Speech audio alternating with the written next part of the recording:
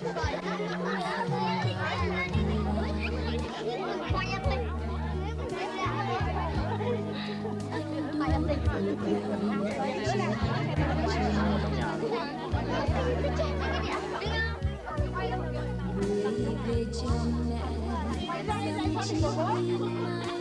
cái thằng kia không vào mày sao như thế này. Mày đưa ra hộ con tim gan quá đọa.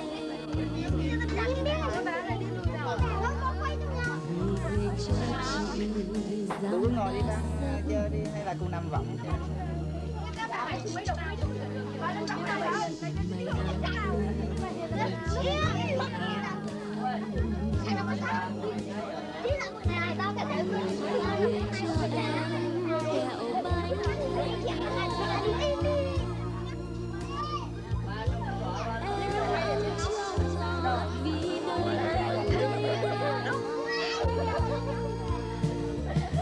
Cái chỗ này buồn cười.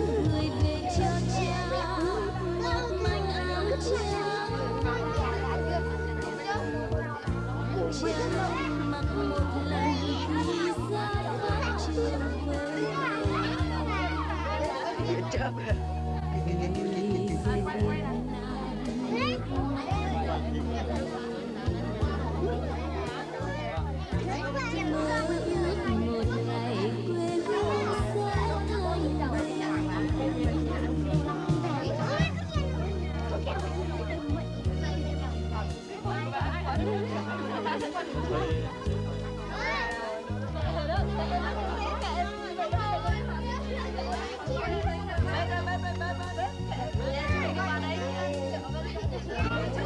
Thôi rồi, là biết rồi.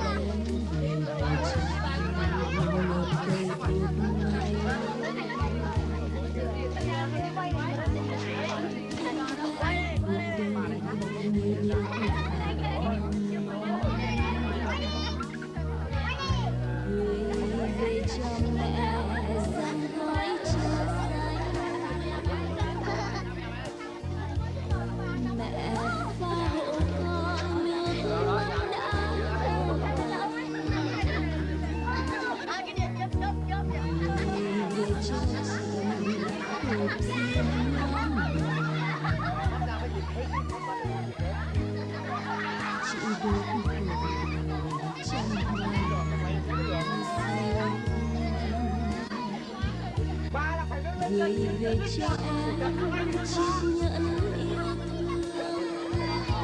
Em bán cho đời tìm đường vượt biên.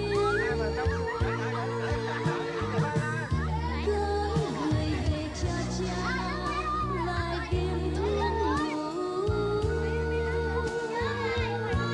Cha suốt cuộc đời trong tứ tù chuyện.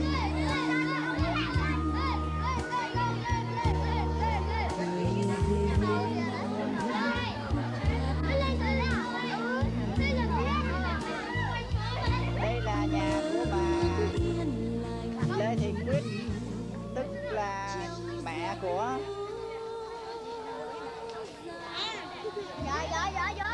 anh Kế, chồng của Nguyễn Thị Nhuận. Người ta đang nói chuyện đấy hả? Nói trong đi nghe thấy chứ. Người ta nói chuyện đấy. Đang nói chuyện đấy.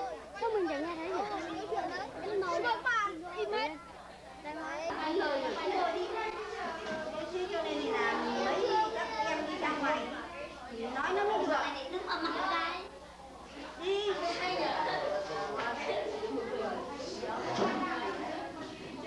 Thằng nào cái này không biết.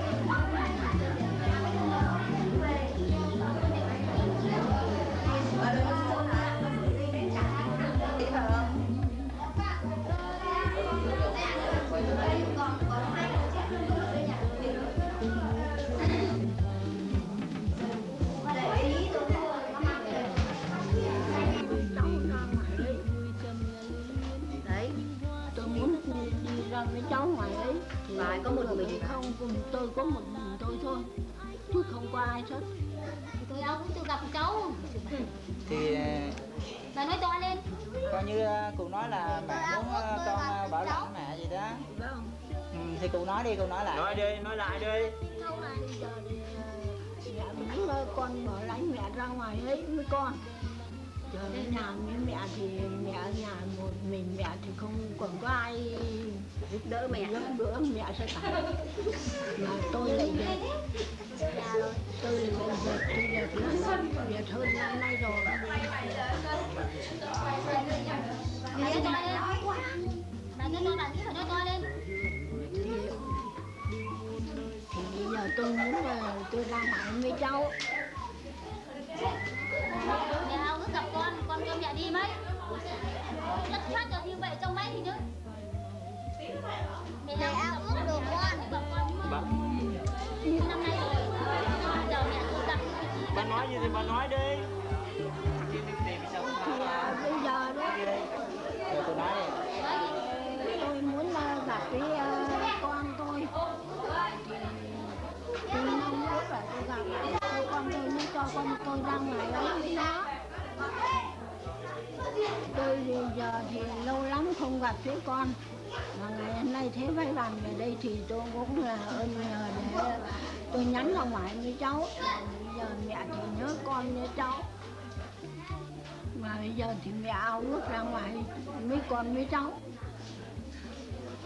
Con về đó mẹ. Còn gì nữa không? Con về thì con dẫn mẹ đi lấy. Con bảo lãnh mẹ. Con không dẫn gì được thì con bảo lãnh mẹ đi. Thế bà có túng thiếu cái gì không?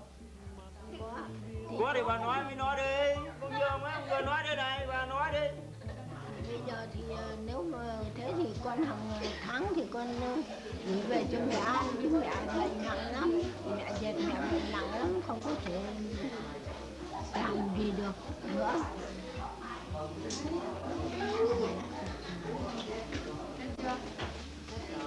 Còn gì bà nói đi. Nói gì nữa đi.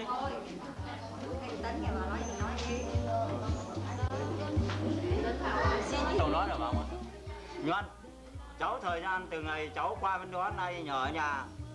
Mẹ cháu có một thời gian gặp hoàn cảnh rất là nan giải. Hiện nay mẹ cháu ốm hơn 1 năm nay rồi. Giờ đi thì thân già yếu, mà hoàn cảnh ở nhà về tiền bạc thì cũng thiếu thốn. Mong là cháu nghĩ lại đến người sinh hạ ra cháu, đó là cậu Đoan, nói cho cháu biết ở bên đó. Còn hoàn cảnh từ ngày xưa đến giờ, tuy cháu có gửi về một số hàng nhưng mà cậu ở gần liền kề thì cậu rất biết rõ. Có rất nhiều hoàn cảnh là mẹ cháu không nhận được.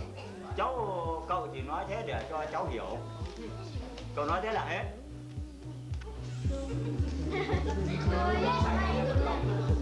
Tôi là mẹ đây. Thế còn đến là Tấn xong đến Tân, đến Lộc, Kim. Thì bây giờ thì nói hoàn cảnh trong ở cái đất Nagan này thì bây giờ thì nó khó khăn lắm, làm ăn khổ sở lắm. Thôi thì mẹ gửi lời hỏi thăm hai con và các cháu. Ở đây thì làm ăn thì nó cũng phức tạp, vất vả lắm. Để con có thể được thì giúp mẹ, mà không thể được thì cũng thôi cũng được. Còn phần các em bên này làm ăn thì cực khổ lắm. Thì con có giúp mẹ được tí nào thì hay tí thôi, còn có thể được thì tháng ấy không có gì.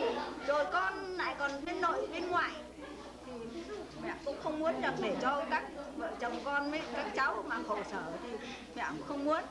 Mẹ không muốn chấm xin. Thì con có thể giúp được mẹ thì con cho mẹ được tí nào hay tí. Mà lần sau hết nữa con có bảo lĩnh mẹ được, mấy các em được thì bảo, mà không bảo lĩnh được thì thôi. Chứ còn thì mẹ cũng không dám xin. Thế còn thì Lộc với Tân thì con giờ mẹ thì già rồi, chả làm gì được tất cả. Mắt thì mờ, chân tay thì nó cũng run rẩy, nó cũng trèo lên cây lên cối, bây giờ thì nó cũng run sợ lắm. Để hai em nó nuôi thôi, chứ cũng không có gì cả, ruộng nương không có. chứ vào tập đoàn cơ mà từ năm 83 giờ hai em chết thì nhà nước cất lại ruộng hết, chả có gì cho cả, thì chỉ có làm cái dãy ở trên nhà thằng Triệu, ở trên cầu 17, cây ngô cây đỗ ăn thôi. Nhưng mà năm nay thì nó cũng xấu xí rồi thì cũng không có còn nữa, thì lại quay về đây thì làm củi thì cũng hết cả rồi, thì cũng đi lấy củi thì cũng không thấp thông thường, không có không thì mẹ con thì cũng cứ rau cháo ở với nhau thôi.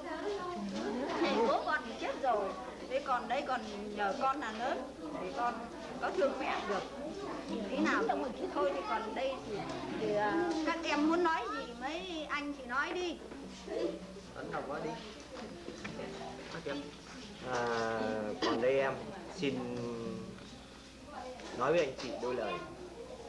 Có những lúc thậm chí chúng em cũng muốn mong rằng sang tới anh chị chơi mấy năm nay được. Thế nhưng còn có một cái điều là tụi em thì nó ở Việt Nam này chẳng nói thì anh cũng quá hiểu rồi. Đó. Cái chuyện đó thì em cũng xin rút lại một tí. Là bây giờ em nói về phần bố mẹ. Bố thì chết, mẹ thì già. Các em á, bây giờ còn lại có một mình em ở gần mẹ nhất. Anh Triệu thì anh cũng lo đi xa. Em cũng mong muốn em được đi xa, thế nhưng mà em lại không có cái phần nghĩa là nói thế chứ khá giả. Đấy bây giờ là các em á là chỉ nhiều gần nhất là có 2 Tân với Lộc. thế chứ các anh ơi. Nó trông non mẹ già ở nhà. Em cũng mong rằng anh chị là lớn hơn hết, anh chị làm sao cố gắng giúp đỡ cho hai em nó đỡ mệt một chút là em mừng rồi. Thế em cũng không mong rằng nghĩa là anh chị nghĩa là có mà cho chúng em. Em mong làm sao á anh chị có để mà nuôi đến mẹ già, đỡ chúng em một gánh thôi. Đó, cái điều đó là em nghĩa là hàng mong ước. Còn đâu em á cũng cầu chúc cho anh chị được vui tươi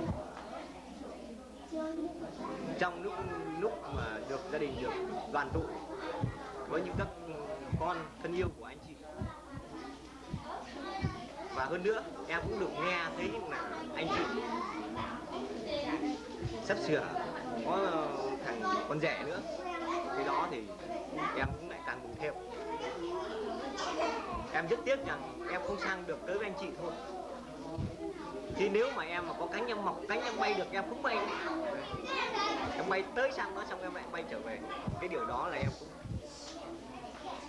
cũng khoái lắm đấy. Nhưng mà về trên lại cho em có cái số cái là không có cánh như con chim bay hết phương này tới phương khác được.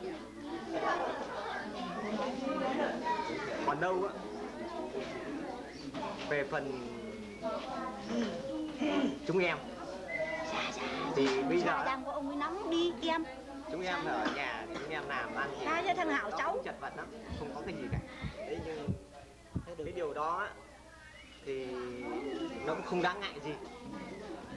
Có cái là giờ tụi em ấy thì vợ con em ấy nó vẫn buôn bán hàng ngày cũng kiếm ăn cũng đủ sống một ngày, và làm được ngày nào thì ăn ngày đấy, ngày đó về trên ban cho nghĩa là sống ngày nào mà làm cái đó thôi. Thì bây giờ là chúng em thì vẫn làm ăn bình thường thôi, không có cái gì cả. Đấy. Còn đâu chúng em khi ai đi các vợ em thì nó cũng có gửi lời là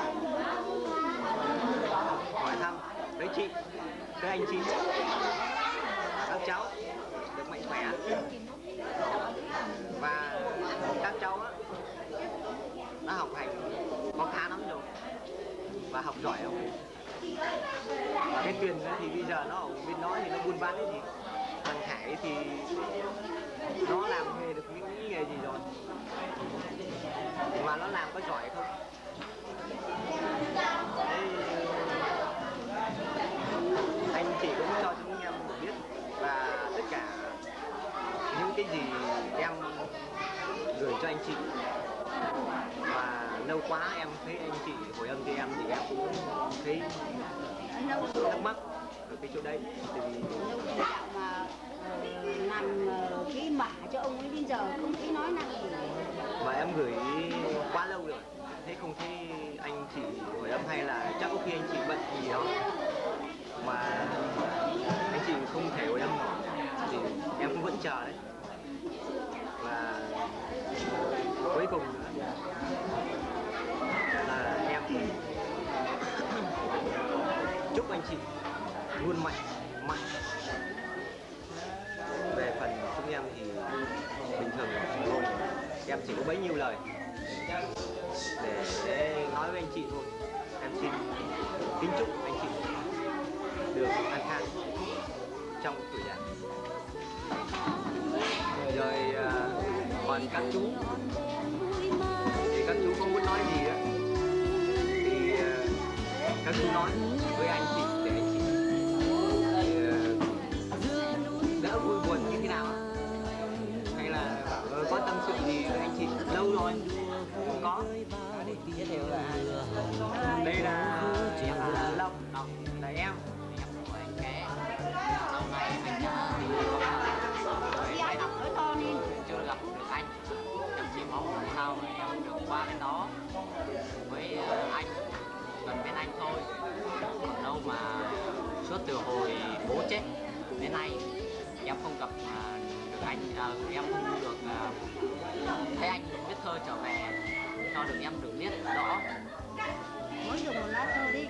Còn đâu mà anh mới viết lá thư vừa rồi đây là anh đã biết là bảo lãnh gia đình em, nhưng mà chưa có làm được việc đó vì em bận lắm, em không có viết thư đi được. Mà thấy lâu nay cả hơn một tháng nay rồi chưa thấy anh trả lời. Còn đâu mà em chúc làm sao cho anh chị được mạnh khỏe, dồi dào sức khỏe để nuôi các cháu. Và em ở bên này cũng thiếu lắm, không được làm ăn giàu có. Anh có dư thì anh gửi về cho em.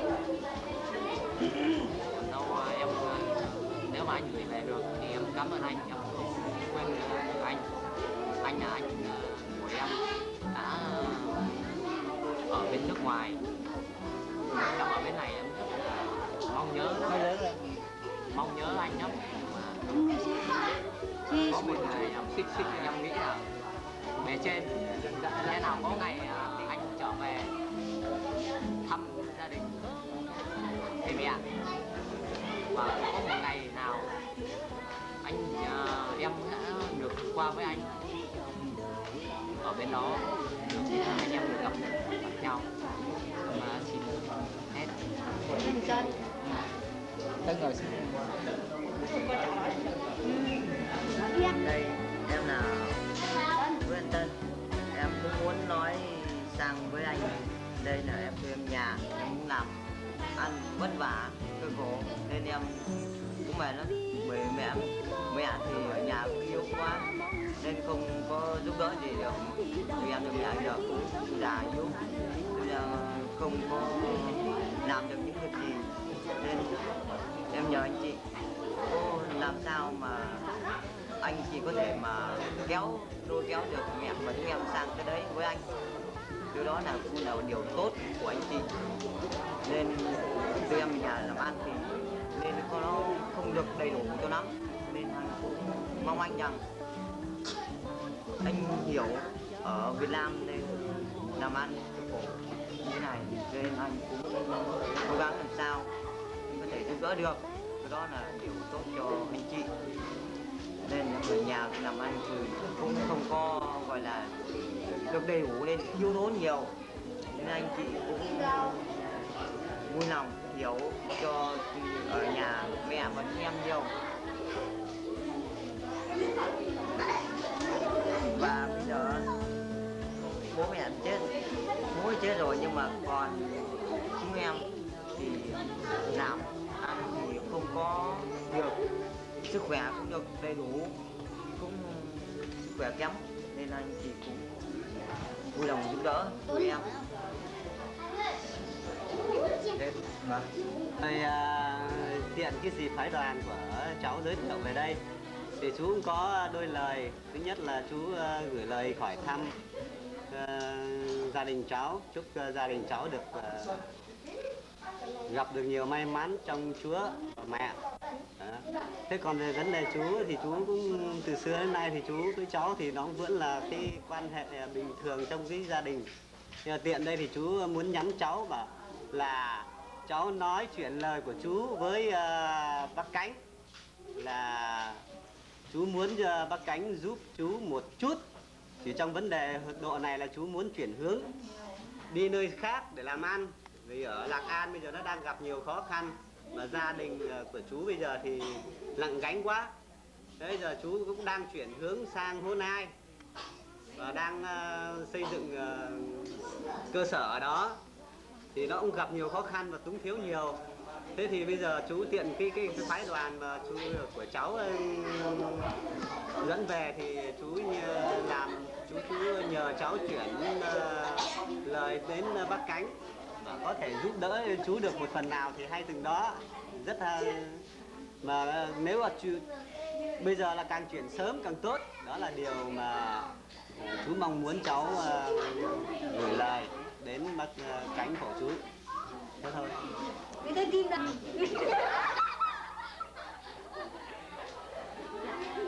Nói to đừng có ở ngoài ta cười hết cả. Nói to lên. Em đi Ngọc Tân với mẹ đi sang đấy. Em nghĩ là ở Việt Nam bây giờ cũng hoàn cảnh bây giờ nó khổ lắm. Em muốn chịu khó. Nói lớn lên kia mà. Em muốn ở lại khi em đi sang đấy. Chúng em như là ở Việt Nam bây giờ nó khổ lắm, vất vả đi từ sáng đến tối về có mặt ở nhà.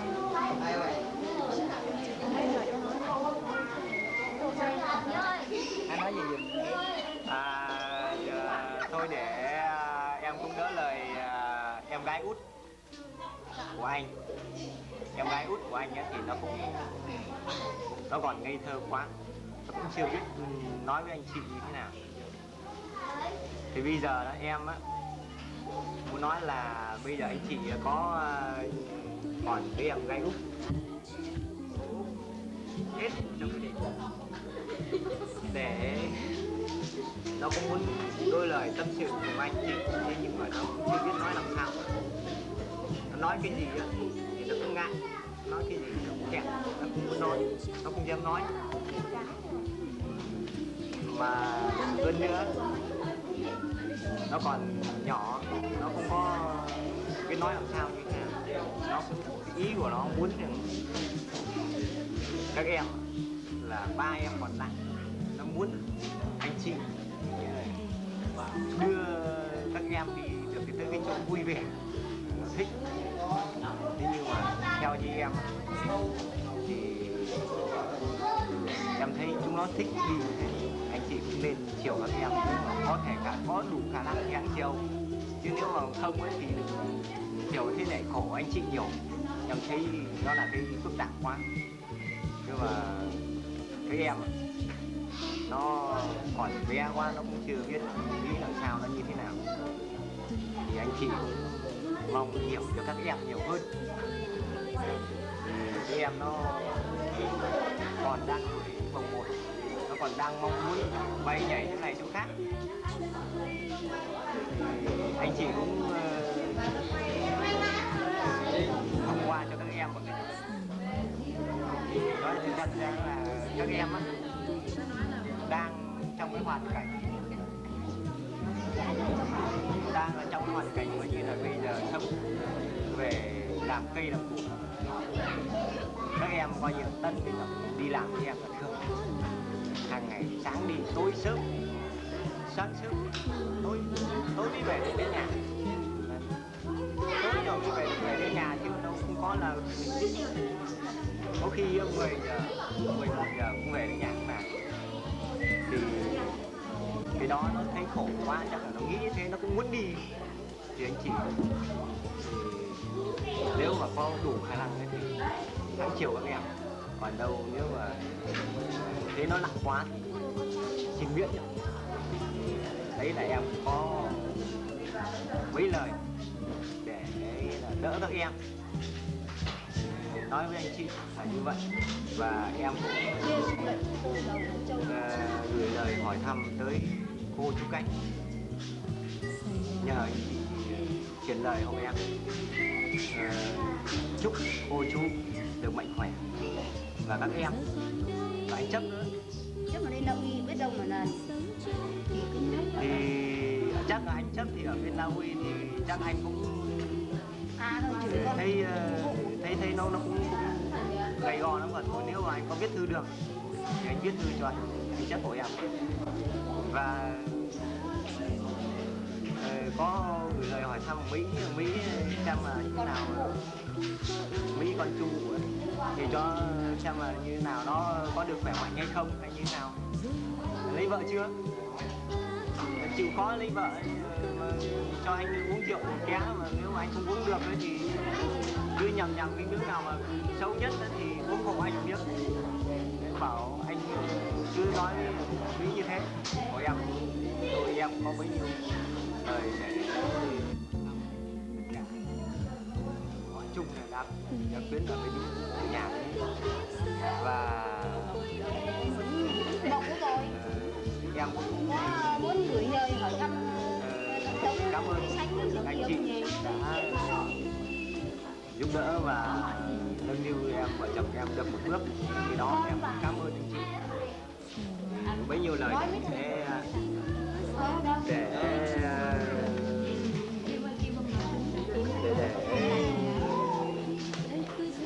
xin giới thiệu là thằng này thằng cháu mà gọi bác, gọi tôi bằng bác cơ mà.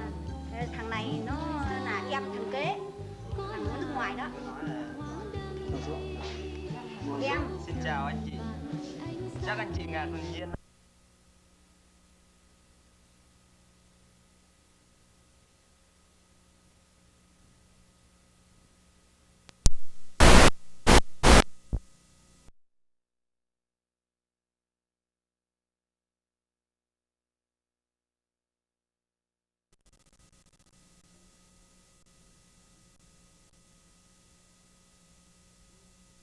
Tín, con của chú Lượng, là em của anh chị.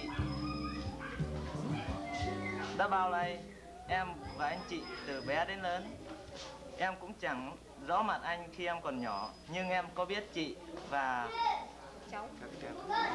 các cháu. Đó là Tuyền và Hải và Hoàng, Phượng. Đó là những đứa cháu mà em thường gặp, và hiện nay hình ảnh của các cháu vẫn thường hiện lên trong những tư tưởng. Còn anh chị thì em không thể tưởng tượng được hình bóng nữa.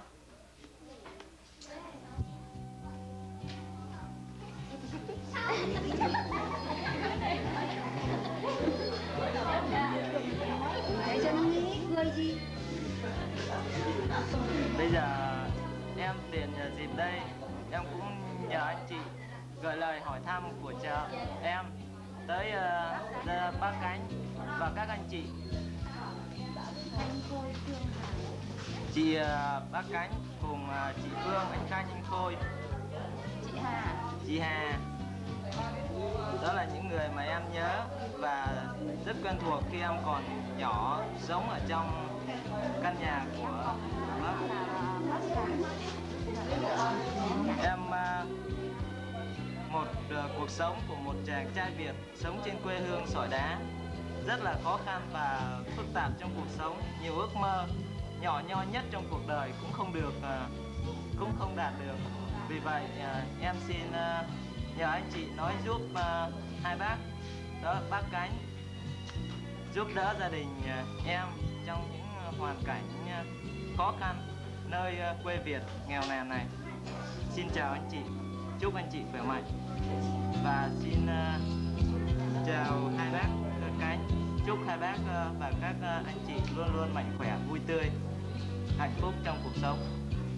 Gia đình của bác Hiền và bác Quýt, mẹ của anh Kế. Anh có thể giới thiệu mấy đứa bé hồi nãy chưa được lên mà ảnh giới thiệu ai? Em cũng xin được phép của mẹ và em xin giới thiệu đây là Đúng không? Mẹ và đây là bà Khoản là mẹ của chị. Sau nữa đây Lộc, Tân, Kim. Đây đó là cháu Hồng lớn nhất của em và thứ hai đó là Hạnh của em luôn. Đây cái bé nó thứ ba. Ngẩng mặt lên nè. Này nó bé nhất là thằng Phú Phong. Mấy tuổi rồi? Nó năm nay 3 tuổi, hơn 3 tuổi rồi. Nó là bé nhất của em. Mấy bé của mình đi. Quê đẻ nhiều lắm, gạo nhiều cứ được đẻ. Không xong mình.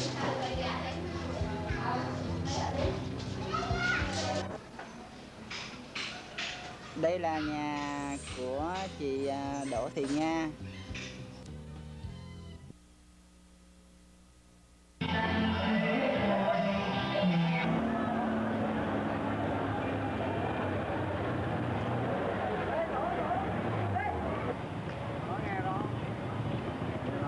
Nói chưa? Rồi Phương hôm nay ba tới đây với Châu và Kỳ và Hiệp nữa. Đến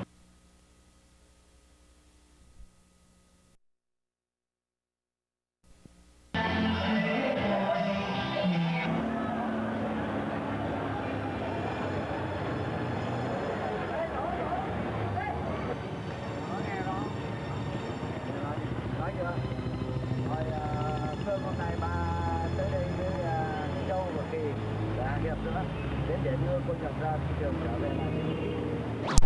Này có Hải và để cô kế đấy và có mấy ba nhắn lời rõ ràng với con là tôi ở đó thì gặp cô cũng trao đổi với cô em Hải nữa. Ngày mai Hải sẽ cuối tháng thì làm đi để làm cho anh em đi lại nhau hài hòa và một điều nữa là cố gắng từ trước giờ cầu mà tâm lo cho con ở đây tôi đó vợ chồng con và em bây giờ những cái của con thay đổi công ăn việc làm cái gì chỉ để hỏi cầu mà nhất trí thế mà con muốn chuyển cái này cũng cho cầu mà tâm và cầu mà tâm hai em anh chị các cháu và ba đứa hai vợ chồng Hương và hai đứa cháu nội thì em cố gắng mở ban các cháu để có cái chuyện gì để thay đổi thì hai cái này cháu để thăm cái đường để gặp nay anh ra thị trường thứ nhất để kiến hỗ trợ lại ý đây ngày mai cái khi này thì Hải cháu Hải mang về chuyện để cho cùng coi ở nhà thì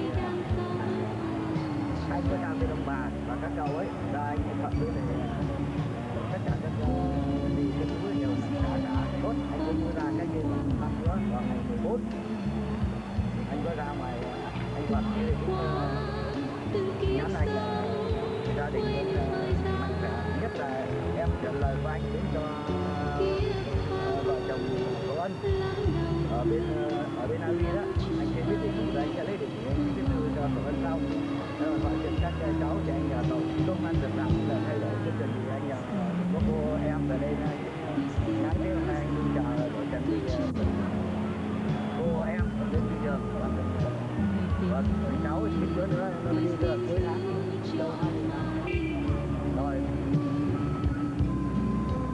dù thời gian có là một thoáng đam mê phố phường vạn ánh sao đêm nhưng tôi vẫn không bao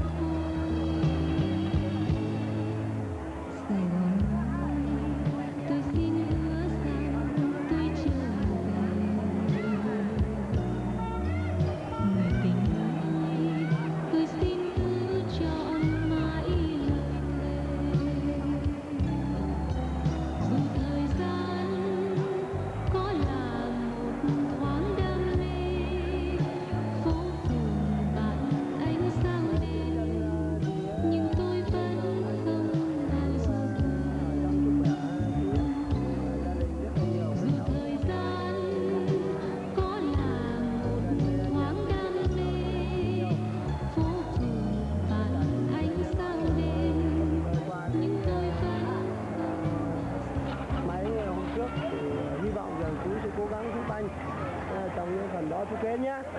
Còn bây giờ thì cũng còn có gì ở đây, chào tạm biệt chú và tất cả các cháu nghe chưa.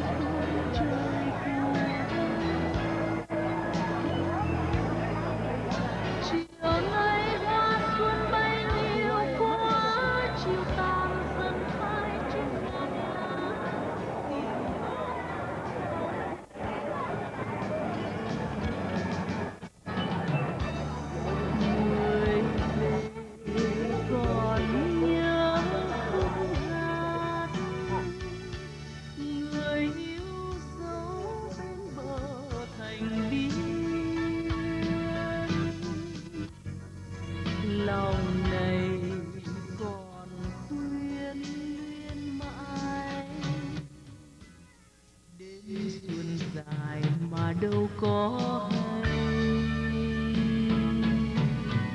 Chiều nay có một loài hoa vỡ bên trời,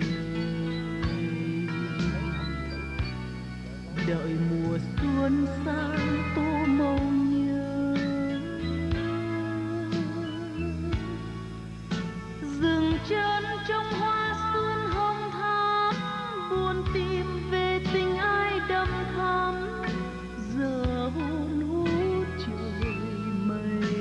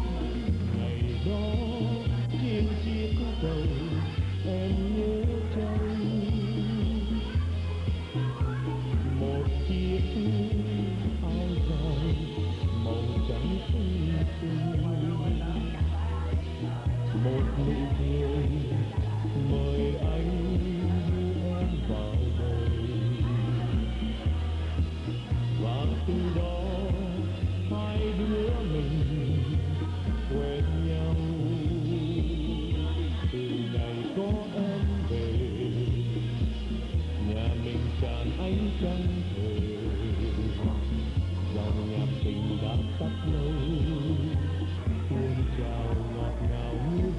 duyên